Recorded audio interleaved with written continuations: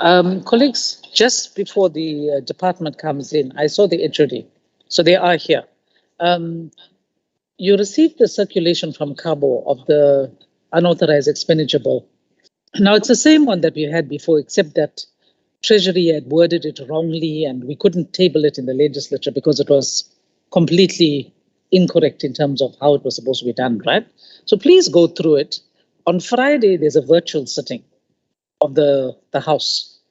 Two money bills to be tabled. Ours is one of them, right? And then we'll break, and we'll be allowed a Scopa to convene again virtually to adopt our bill, report on the bill, and then after that we will debate.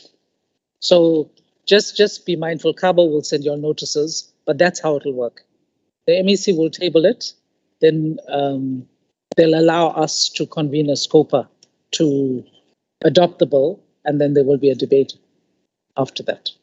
I think the whole sitting with the two bills and debates is 9 to 12. And then our Scopa meeting will be after 12:30, Cabo, on Friday. Yeah, at 1 o'clock. 1 o'clock. 1 o'clock. Yeah. Yes. Yeah. Yeah. No, everything is correct. We got Eric to check everything.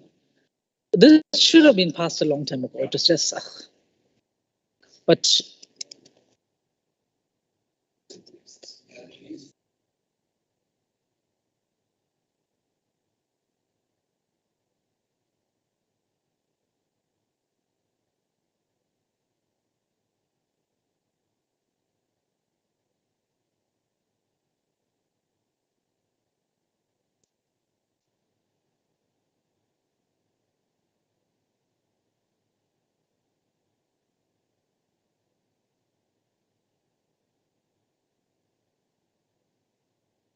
system to put on.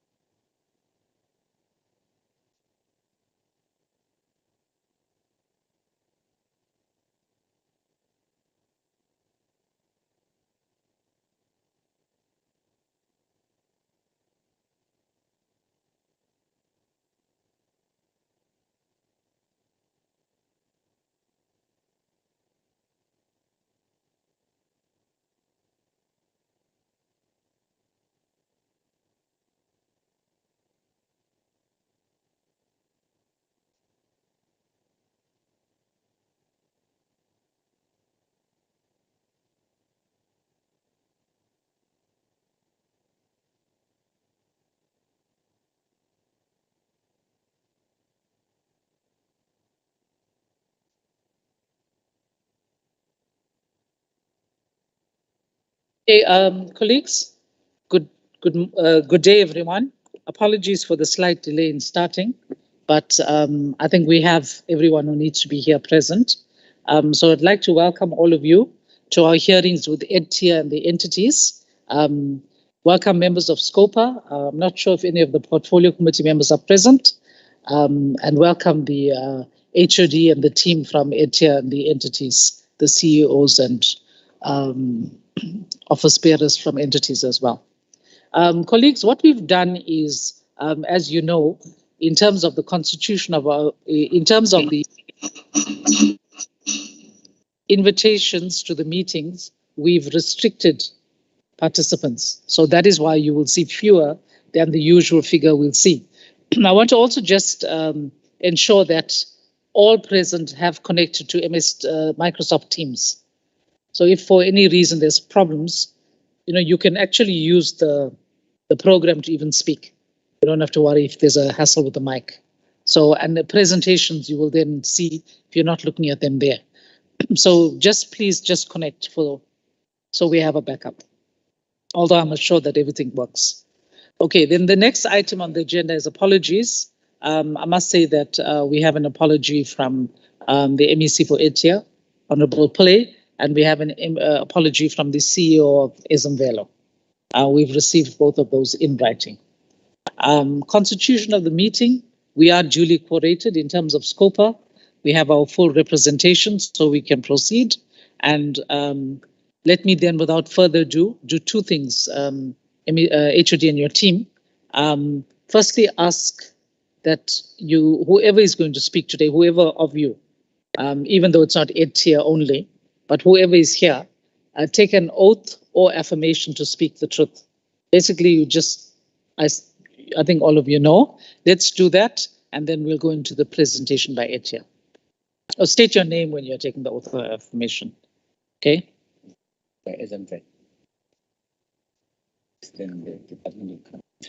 Okay, Cabo is reminding me that we'll be starting with the entities and then coming to the department, because we'll be able to release the entities whilst the department remains right through.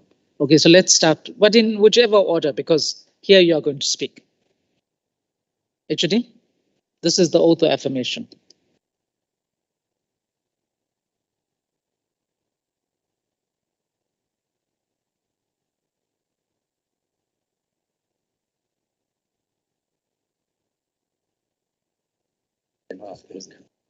Yeah, then it just go on and off.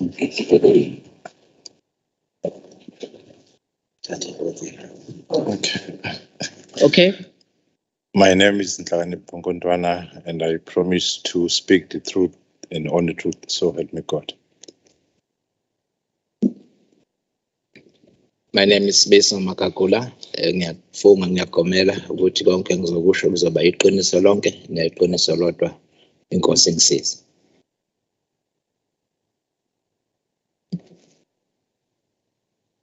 My name is Ibrahim Mullah from Ezemvelo. I speak the truth, so help me God.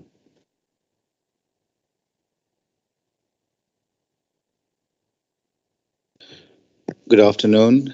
My name is Sudhir Kura from Ezemvelo. I will speak the truth, nothing but the truth. So help me God. Thank you. Good day. I'm Trustele from Ezemvelo. I promise to speak the truth, nothing but the truth. So help me God. Thanks. So having done that, we'll move to the entity, and our resolutions were circulated to you. So we'll ask that in whichever way you have decided, you go straight into the presentation. Thanks. You don't need to repeat the resolutions, just deal with the responses because members have them as well.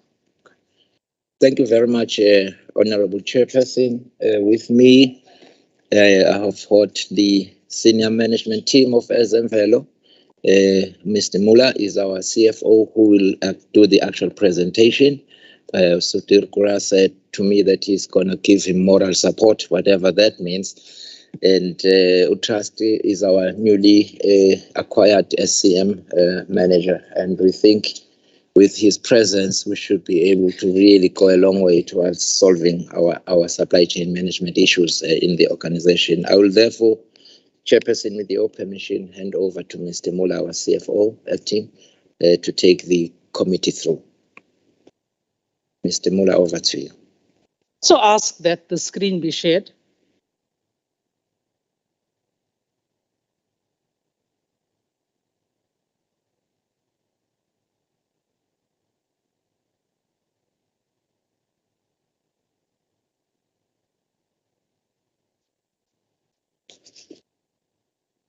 Good afternoon once again, Honorable Chair and members, HOD and Ezemvelo colleagues.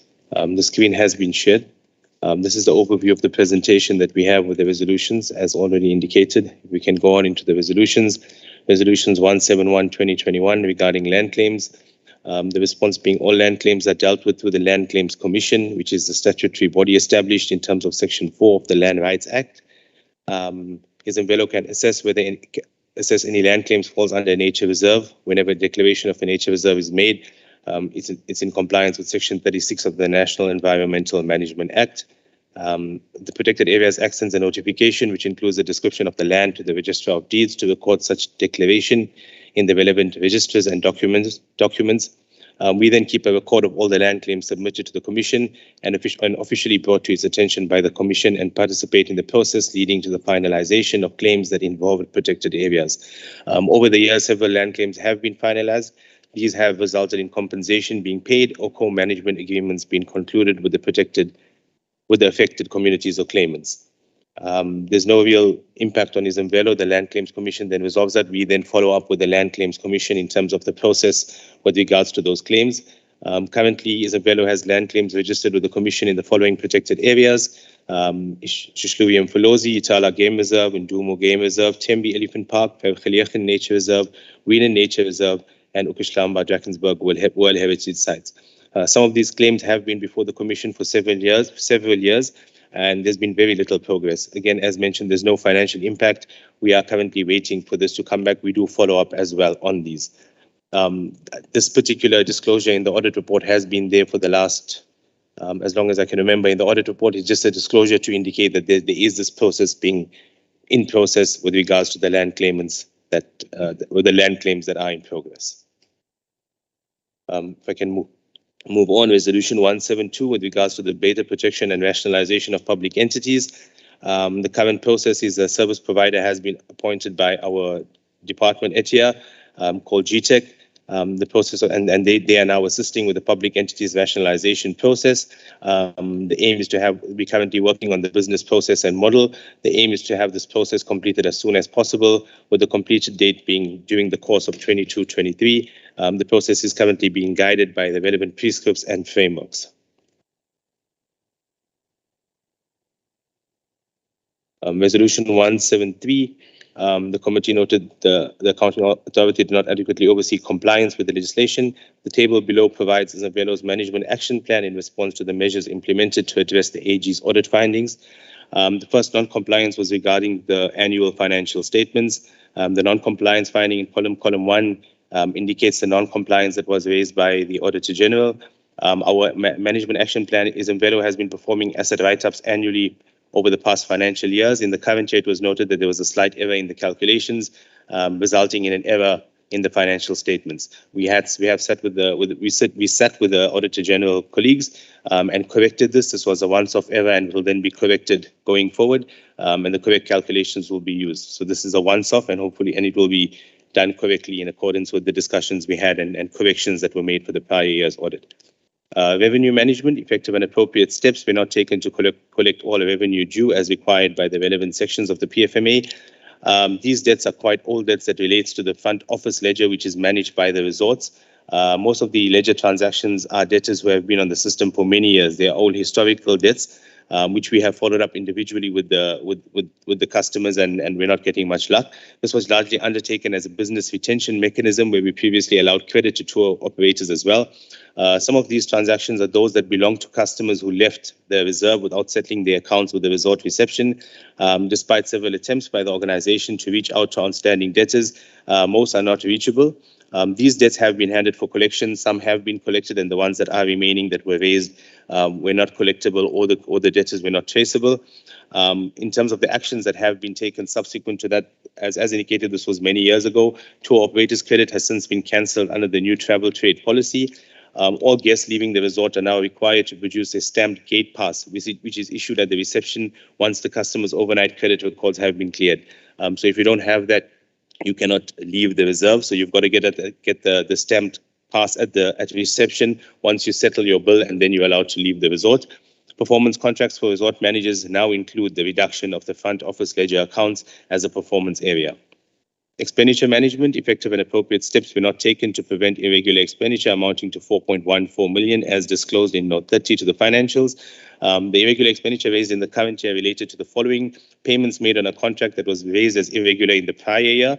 So this was payments on that particular contract that continued into the current year. The contract has since been cancelled. Auditor General findings on local content. This related to the understanding of calculations for the local content. Staff have subsequently attended training on this to ensure that it is correctly calculated during the SCM process. We've had Provincial Treasury come in to assist with the training with regards to this. On the SCM checklist document, the local content has also been added for ease of reference during the process of approval. There were Auditor General findings on tax affairs of suppliers. We have now implemented additional checks for all deviations to ensure that tax matters are in order. Before the invitations are sent out, the selected suppliers are checked for compliance, and they also checked at every stage of the approval. The requirement is to check for compliance until the purchase order is issued. So the compliance is checked at the beginning of the process, during the process, which could take some time, and then also at the end of the process before issuing the actual purchase order to the supplier. All irregular expenditure will be investigated and then necessary action taken in terms of that process. Procurement and contract management. Some of the quotations were awarded to suppliers whose tax matters have not been declared by the South African Revenue Services in order as required by Treasury regulations. We have implemented additional checks where the CSD report is checked and confirmed during all stages of the procurement process, from invitation till award. As mentioned earlier, in the case where CSD is non-compliant or awarding or there are any issues, Ismvelo will then verify with SARS before proceeding. Some of the contracts and quotations were awarded to bidders based on preference points that were not allocated in accordance with the policy. We will now ensure that all Department of Trade and Industry issued certificates are certified. Management were unaware previously that the requirement that these certificates needed to be certified, so we had the certificates, but they were not certified. The process has been implemented, and those that have submitted uncertified certificates will now be disqualified in the process. I was unable to obtain sufficient appropriate evidence that commodities designated for local content and production were procured from suppliers who met the prescribed minimum threshold for local production and content. This related to understanding, I think I covered this earlier with regards to the calculations for local content. We have had Provincial Treasury come in and assist staff in training them with regards to the calculations for the local content. And this is also now on the SCM checklist to ensure that this is now implemented and calculated correctly. Resolution 172/2021, in terms of the committee noted that not taking effective and appropriate steps to collect all revenue due. I think I've responded to this earlier as well with regards to the front office ledger, in terms of the customers that had vacated the resorts and then had left the resorts without settling their bills, and also with the trade debtors. These are all debtors sitting on our ledger. In terms of the actions, I've indicated earlier, the tour operators credit has since been cancelled. Guests have now need to now produce the stamped pass before they leave the resort, and the FO ledger accounts are now part of the performance contracts for resort managers. Resolution 175/2021, the committee noted that the entity incurred irregular expenditure of 4.1 million in 2020-21. Progress made. Go to the actual response. The irregular expenditure investigation for 2017-18 to 2019-20 financial years has now been completed by internal audit. Our Employee Relations Office, together with legal services, have concluded the disciplinary hearings relating to the report at the end of the last financial year. This report has now been submitted to the CFO and CEO. About a week ago or 2 weeks ago, Treasury sent a template for submission of condolence of irregular expenditure. This is now being completed in accordance with this template and will be submitted before the end of the month for condonation. With regards to the irregular expenditure relating to 2012-2013 to 2016-17 financial years, the internal audit had completed their process by the end of December. Employee Relations Office, together with legal services, will assess the liability of the relevant officials in order to recover the expenditure and complete the process. And the disciplinary process will hopefully be concluded with regards to these transactions in June 2022. This report covered the review of 104 transactions. Once that process is done by legal and employee relations, we'll then be able to submit it for condonation, as the whole process will then be concluded. Resolution 175/2021, the report highlights weaknesses in contract management for implementation and abuse of the single and sole source procurement, as well as emergency procurement and implementation of the process for suppliers declaration. From a perspective of avoiding the recurrence of irregular expenditure relating to local content, we have now staff trained on this matter, as this was a misunderstanding in terms of the calculations. The training will now assist in the application and calculations of local content going forward, and this is also now included on the SCM checklist. Resolution 176, with regards to fruitless and wasteful expenditure of 213,000 in the prior years. The investigation for this particular item has taken place. Disciplinary action was taken against the staff member who has now been dismissed. This has gone through the process and has now been condoned. The employee was found guilty and employment with Ismvelo was terminated. Transversal Resolution 290/2021, noting the vacancies existing in critical management posts. The filling of critical management posts is underway. A total of 94 vacancies were approved by the Premier, and 6 of those were senior management vacancies. To date, a total of 31 vacancies have since been filled since April. This includes critical positions as a supply chain manager, technical services manager, and the manager of sales and marketing, of whose appointments took place and the duties commenced at the beginning of Jan 2022. Transversal Resolution 291/2021 with regards to compliance by SCM members with HRM matters. Isabello is 100% compliant with regards to these matters, with regards to the signing of performance contracts and agreements, security vetting, submission of financial disclosures, and also verification of qualifications for the SMS members. Transversal Resolution 292/2021. From an internal perspective, employees are required to declare any business interests that they might have in terms of the supply chain management process. The central database is checked each time for verification to ensure that officials employed by the state or their companies are not awarded tenders or contracts. This process is also covered during the completion of the SBD4 form by suppliers during the procurement process. In response to the question of whether the CSD is checked each time for verification to ensure that officials employed by the state or their companies are not awarded tenders on contract, we can confirm that Isabello checks the CSD each time for verification to ensure that officials employed by the state or their companies are not awarded tenders or contracts. This process, again, as mentioned, is also covered in the completion of the SBD4 forms during the procurement process. Isabello has not received any reports or notifications in 2021 from National Treasury, the Department of Public Service and Admin, and the Public Service Commission, or any other source regarding officials doing business with the state. Thank you. Thanks very much. Colleagues, I'll open the floor to you just to point out that the responses that have been received cover a range of issues, including revenue management, compliance, vacancies, irregular expenditure, fruitless and wasteful expenditure, rationalization, and the issue of critical vacant posts. So can I have by show of hands? Honorable Rogers, let me just get the list and then we can start. Okay, so it's Honorable Rogers, Honorable Nkosi. All right, proceed. Thanks, Chair. Thanks for the presentation. Mine's are very simple, just need some understanding. 173 of 2021, bullet point 2, I think it is. You talk about performance contract for resort managers now include the reduction of FO ledger accounts. What is an FO ledger account? Thanks, Chair. Honorable Nkosi.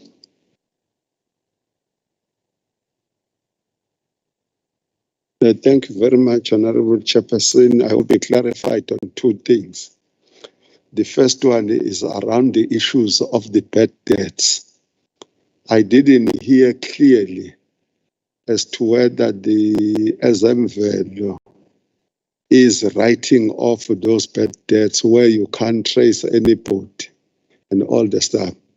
I could hear the running of the word, the council and all the stuff. I wanted just to find out on what is there in the legal documents, whether you are in the process of writing them off. You know, because you can't trace them and all those things. Therefore, there's no chance that we'll recover that. That's the first one. The second one is around the question of irregular expenditure. I would want to find out as to whether the investigation of all irregular expenditure has been done. When I talk about that, I'm talking about up to the current year under review.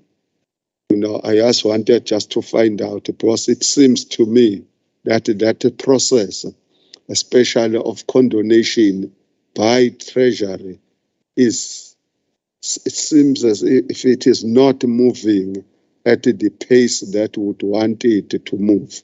If I could be clarified on those 2, I would be happy. Thank you, Chair.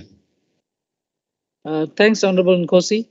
Before we hand over to the department, I just have 3, as Honorable Nkosi will say, grade R questions. 1, in terms of your revenue collection and bad debts, there's also in your response, you've said that you've engaged someone to collect. Is there any idea of like how much you've been able to recoup in terms of that? My second one is around the issue of the vacant posts. You have 94 vacant posts, 31 are filled, right? How? What's your plan? But also in terms of rationalization, is the filling of posts impacted on, and how are you able to function? Because you'll recall that in many of our hearings, we've identified the vacant posts in Isabelo as a weakness in the organization entity in terms of, getting, doing what it should do. Okay, colleagues, definitely nobody else? Then let me hand over to the department.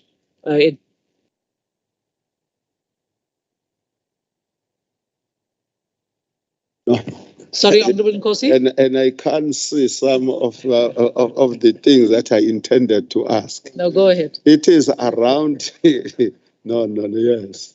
I'm a pensioner. You must know that, Carol. No, I just wanted to know as to when in the new financial year are you going to conclude the merger with another entity? I could hear you clearly indicating that the merger will be in the 2022-2023 financial year. But whereabout? Because one is frustrated that the movement of rationalization process is more than slow. It's more than slow. We've been fighting the provincial treasury on one side, and then now we have to take the battle to your doorsteps because you are managing that particular process. If I could be clarified on that one. Thank you. I'm sorry, Chair. I don't know how I missed it. No, it's fine, Honorable Nkosi. Okay, back to the entity.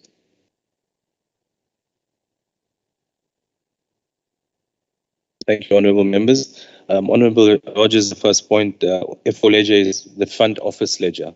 So that's the ledger maintained at the reception, not at our head office, so at the reception at the resorts. So as part of their performance contracts, the management of that will be included in their performance contract, so it doesn't build up as has been happening historically. Honourable Nkosi, bad debts, the write-offs are in the process. So now that we're doing, we've identified how old they are, what has been done in terms of the legal requirements, in terms of following up, getting legal to collect as well, and handing them over. We are currently going through the process of writing them off in terms of our policy. Some of them have to go to the board, some by CFO, CEO, depending on the levels. But with regards to the old debts, they will be provided for as bad debts in our financials at the end of this year, and the process will continue. As you know, our board in the last year was also, we had a board, didn't have a board. So I think that process also, now that we have Mr. Magagula there, is also going through to get approved at the relevant levels as it proceeds. With regards to the irregular expenditure, I think due to the amount of irregular expenditures that we had historically from 2013 that hadn't been condoned, this was split into two processes historically, being 2013 to 2016 and then 2017 to 2020. Due to the cost factors as well, we did it all internally, so we had disciplinary processes internally, so that took a bit of time as well. But 2016 to 2019, as I indicated, is now concluded. We will be making that submission in terms of the template to Provincial Treasury for a condonement.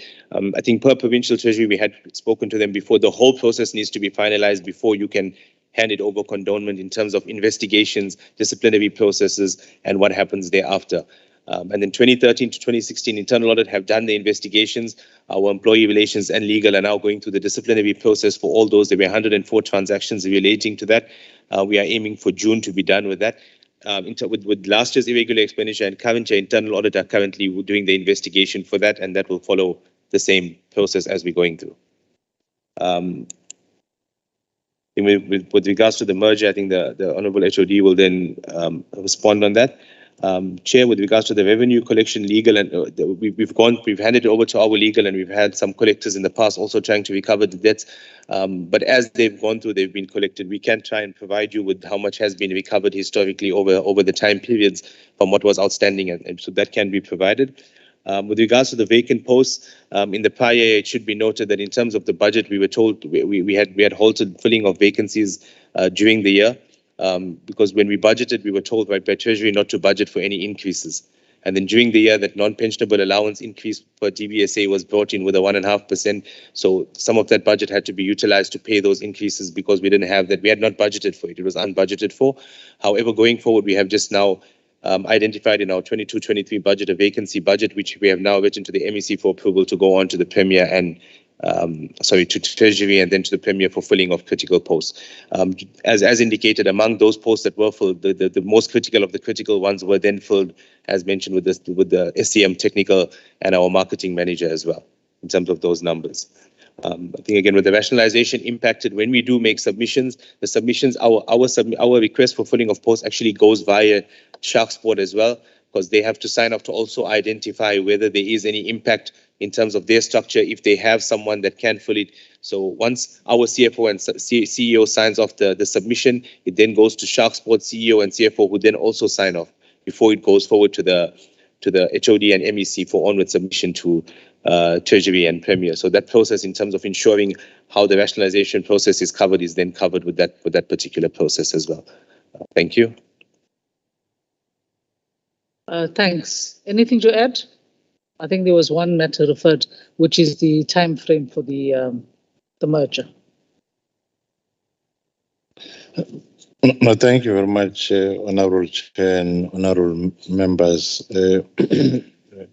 Sorry, the issue of rationalization, I must first agree that it has taken long.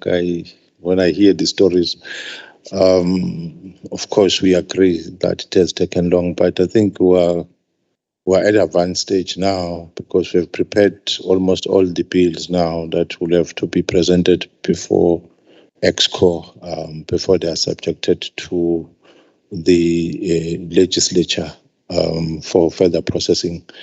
I must indicate that after realizing that this is not an easy exercise, with our understanding of the micro-organization of the state, it is always important that you have a clear business plan which will then define the future strategy and the mandate of the new entity, which then must also talk to the future structure, because that's how we design the state functionaries. We have since contracted GTEC from Treasury to undertake the task, because we wanted an independent structure that will guide the entities to ensure that whatever comes out as an outcome, it should not just be a ticking box exercise. Because if we do that, 2 years down the line, we'll be back here talking about structures that are dysfunctional. We have been advised that the process will be done by GTEC by end of July. We didn't want to be specific for some reason, because this process is also linked to the tenure of office of some of the boards. So we had to align so that we do not create confusion within the system. But we are looking at the end of July when GTEC will be able to give us a final report. Of course, by then, we think that EXCO will have signed off on the bills and they'll be submitted to the legislature for processing. I think after they've been processed, because legislature is the body that creates legislation, and as a result, there'll be new establishments and new entities. It's after that process has been finalized and the bills have been enacted into law, then we'll then have those new entities. So we are done, almost done. I think we are just finalizing some of the key issues.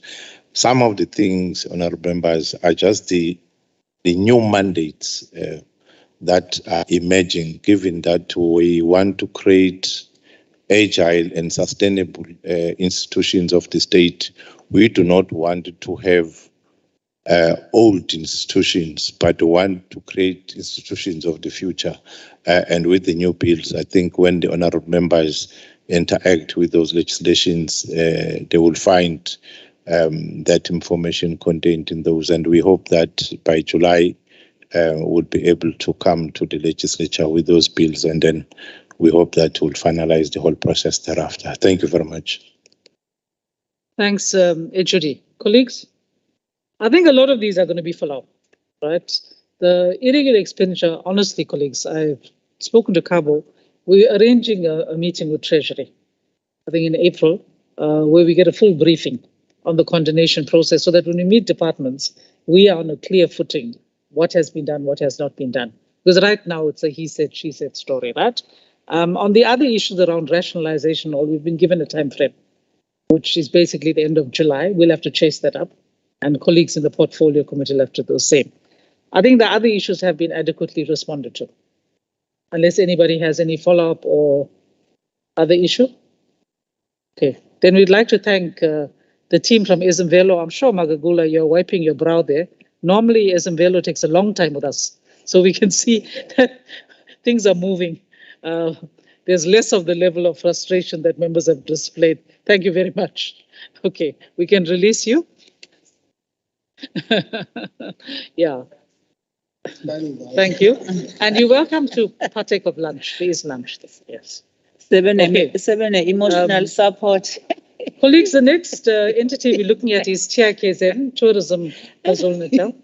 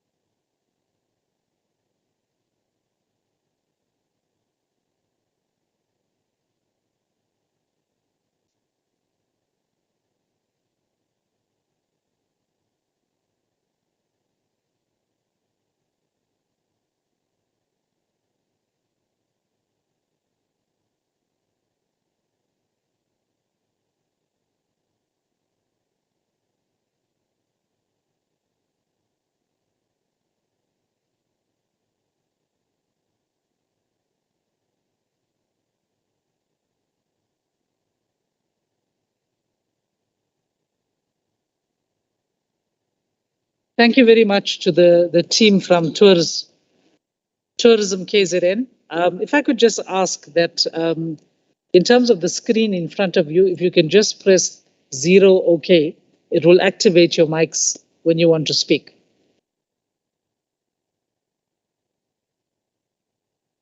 Yeah, okay. They're okay. Okay. And then if you can just log into Teams.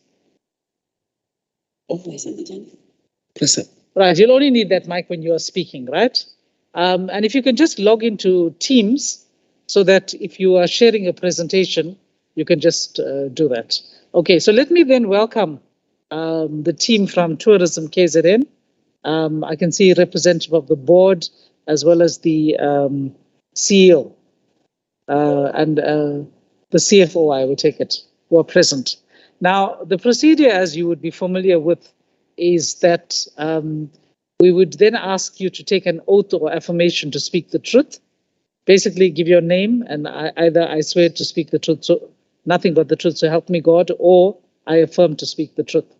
And then we go into your presentation. So let us start. The HOD is covered, so we won't deal with the HOD.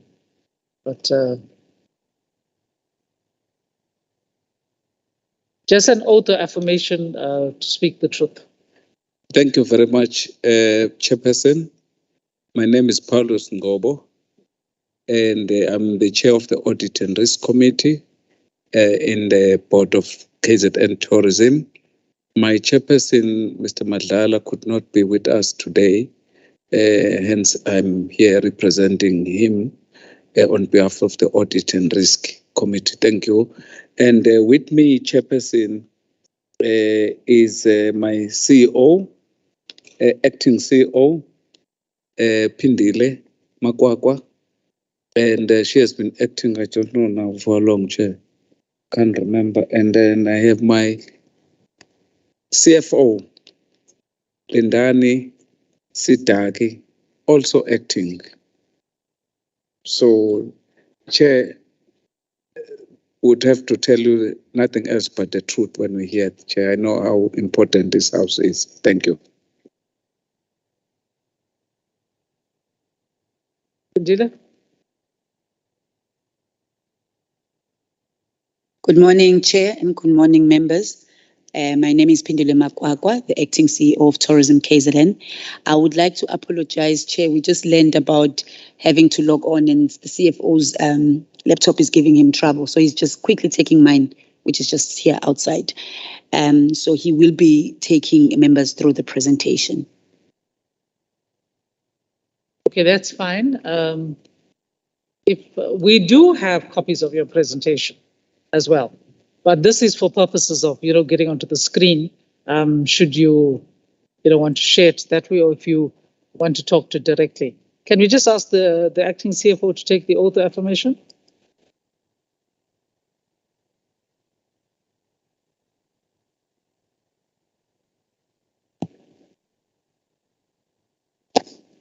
Good afternoon, Chair and the members. I'm Lindani Sitaki, the interim CFO, and I swear to talk the truth and nothing but the truth. So help me God.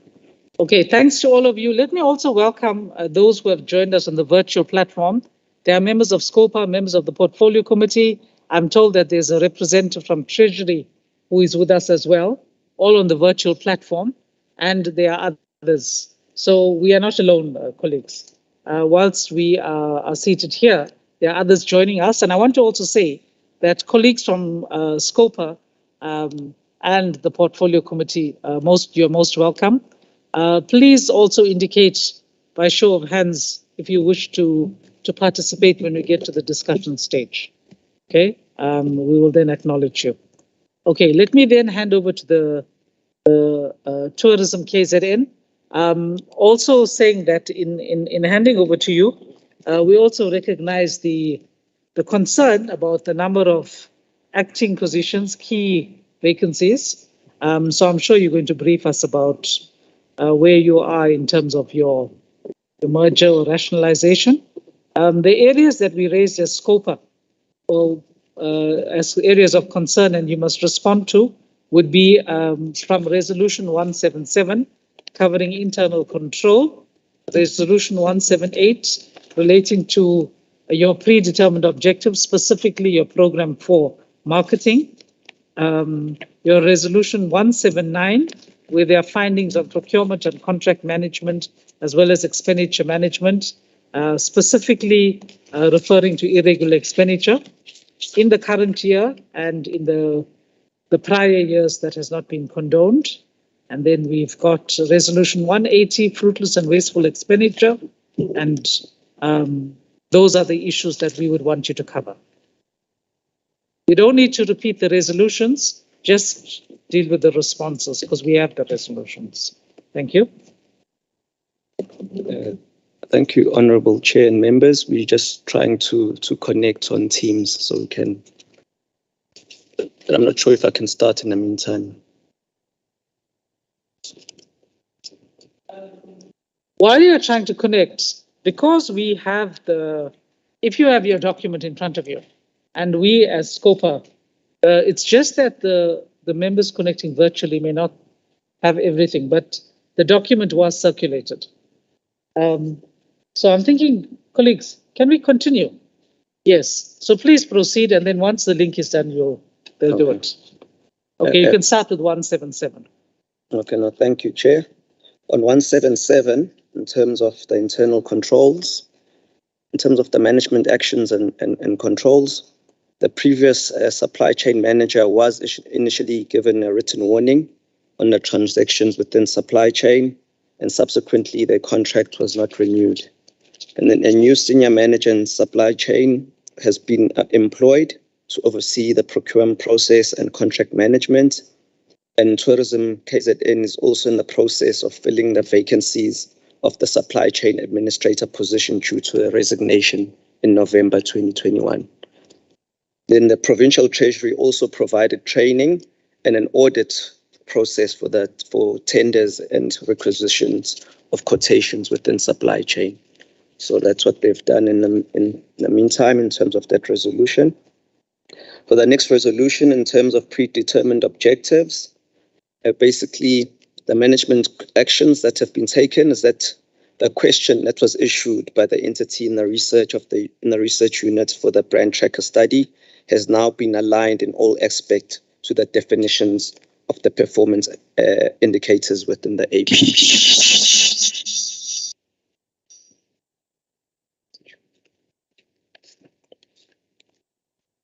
Okay. In terms of the resolution 179, in terms of procurement and contract management and irregular expenditure.